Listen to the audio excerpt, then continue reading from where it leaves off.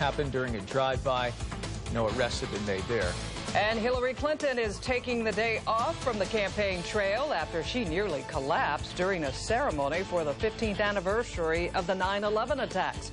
Clinton's campaign initially did not reveal she was diagnosed with pneumonia on Friday, but they now say they will be more forthcoming about her health.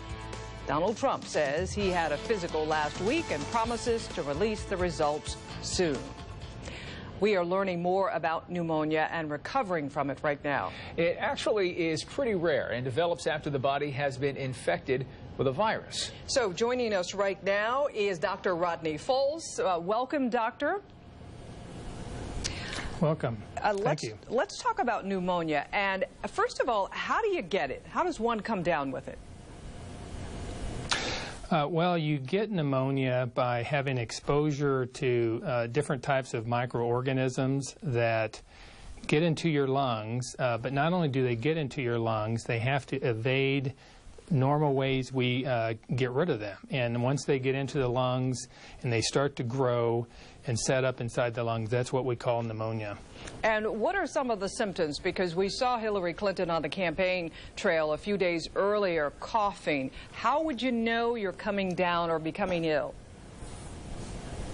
You know, a lot of what we get tend to be colds, or maybe that gets down into your bronchial tubes and it's a bronchitis.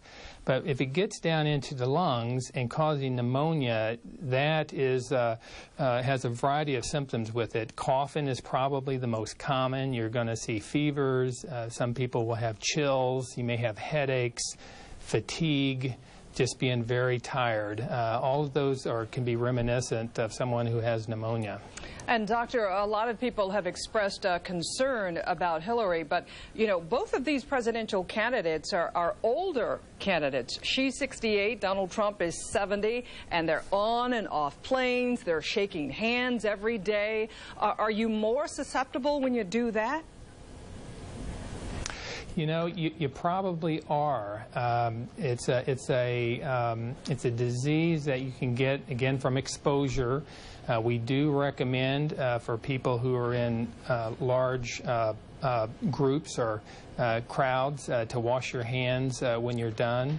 And also being around people who have pneumonia or have a viral infection or a cold, it makes you're more susceptible to getting it as well. And what's the treatment? Because we've been told that she's going to skip a few appearances. How long does it take for one to get over pneumonia? You know, I think people underestimate how long it takes to get over pneumonia. People can be affected, especially an older individual, over 65 or 60, and even middle age, can take weeks to really get over that pneumonia. We treat pneumonias in a couple of different ways. You know, pneumonias can be caused by bacteria, in which case we give antibiotics, and those are the most common ways we get pneumonia, from bacteria. But you can also get it from viruses. You can even get it from fungi, and those are treated a little bit differently. A lot of times with viruses, it's more supportive care. It's rest. It's lots of fluids.